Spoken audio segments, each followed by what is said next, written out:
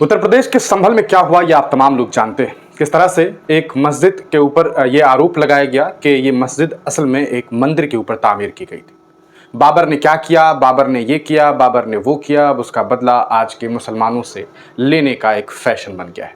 यही वजह है कि हिंदुस्तान में जब भी राजनीति करने का वक्त शुरू होता है, यानी कि जब चुनाव का वक्त शुरू होता है, तो औरंगज़ेब रहमतुल्लाह अलैह हो या फिर बाबर हो या फिर अन्य कई गुजरे हुए 150-200 साल पुराने बादशाह हो, वो अचानक से यहाँ मौजूद हो जाते हैं और सत्ताधारियों के ख्वाबों में आने शुरू हो जाते हैं। अब ये नशा सिर्फ और सिर्फ सियासी लोगों पर नहीं बल्कि सो कॉल्ड सामाजिक कार्यकर्ताओं पर और कुछ वकीलों के ऊपर भी शुरू हो गया है।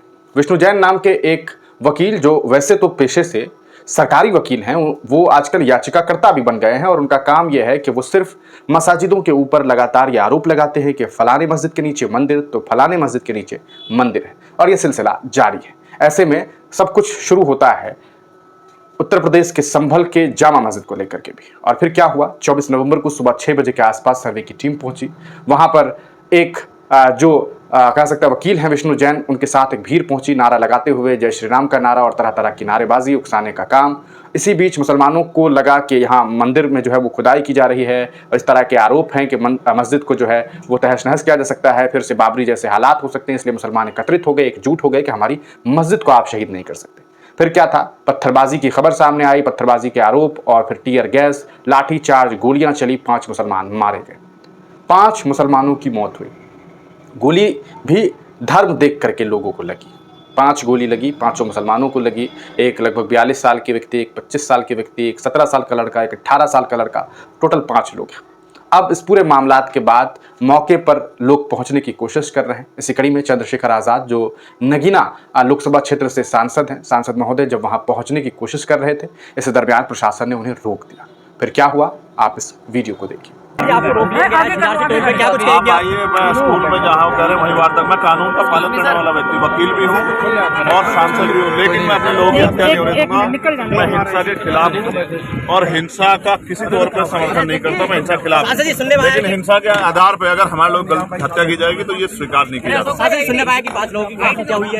आप जानते हैं, सीए का आंदोलन हो, किसानों का आंदोलन, SC/ST के बच्चों का आंदोलन हो, या ये आंदोलन, लगातार गोलियां चल रही है। उत्तर प्रदेश में गोलियों के द्वारा न्याय किया जा रहा है। ये गुंडागर्दी नहीं बर्दाश्त की जा सकती। हम अपने लोगों को सुनेंगे। मुझे पुलिस के साथ चोट का भी दुख है, लेकिन मैं मानता हूं कि ये कोई साजिश है जिसका शिकार जो है हमारे गरीब लोग हुए।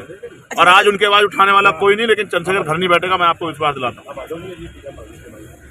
आपने देखा कि किस तरह से चंद्रशेखर आज़ाद जब वहां पहुंचते हैं, उन्हें रोकने की कोशिश की जाती है, उन्हें वहां जाने की इजाज़त नहीं दी जाती, प्रशासन उन्हें रोकती है। तब चंद्रशेखर आज़ाद कहते हैं कि हमारे लोगों को मारा जा रहा है, गरीबों की हत्याएं की जा रही है, हमें अफसोस है कि हिंसा हुई, हिंसा नहीं होनी चाहिए। प्रशासन के साथ भी अगर कुछ गलत हुआ, हम उसके लिए भी जो है वो दुख व्यक्त करते हैं, लेकिन इस तरह गरीबों को मार देना किसी भी तरीके का इंसाफ नहीं हो सकता। चाहे वो सीए का प्रोटेस्ट हो, चाहे अलग अलग किसान का प्रोटेस्ट हो, या फिर हमारी जाति समुदाय के लोगों का प्रोटेस्ट हो, योगी सरकार, योगी की पुलिस गोलियां चला देती है, ये किसी भी तरह इंसाफ का तरीका तो नहीं हो सकता। चंद्रशेखर आज़ाद को अंततः नहीं जाने दिया गया। एक वीडियो NDTV ने साझा किया जिसमें यह देखा जा रहा है कि उन्हें दिल्ली से संभल जाते हुए हापुड़ में JMS ग्रुप ऑफ इंस्टीट्यूट पर चंद्रशेखर आज़ाद को पुलिस ने जो है वो रोक दिया था पहले, और फिर आगे के भी कुछ वीडियो सामने आए जो हमने आपको दिखाया है। पूरे प्रकरण पर आप क्या सोचते हैं, अपनी राय कमेंट सेक्शन में जरूर दीजिएगा।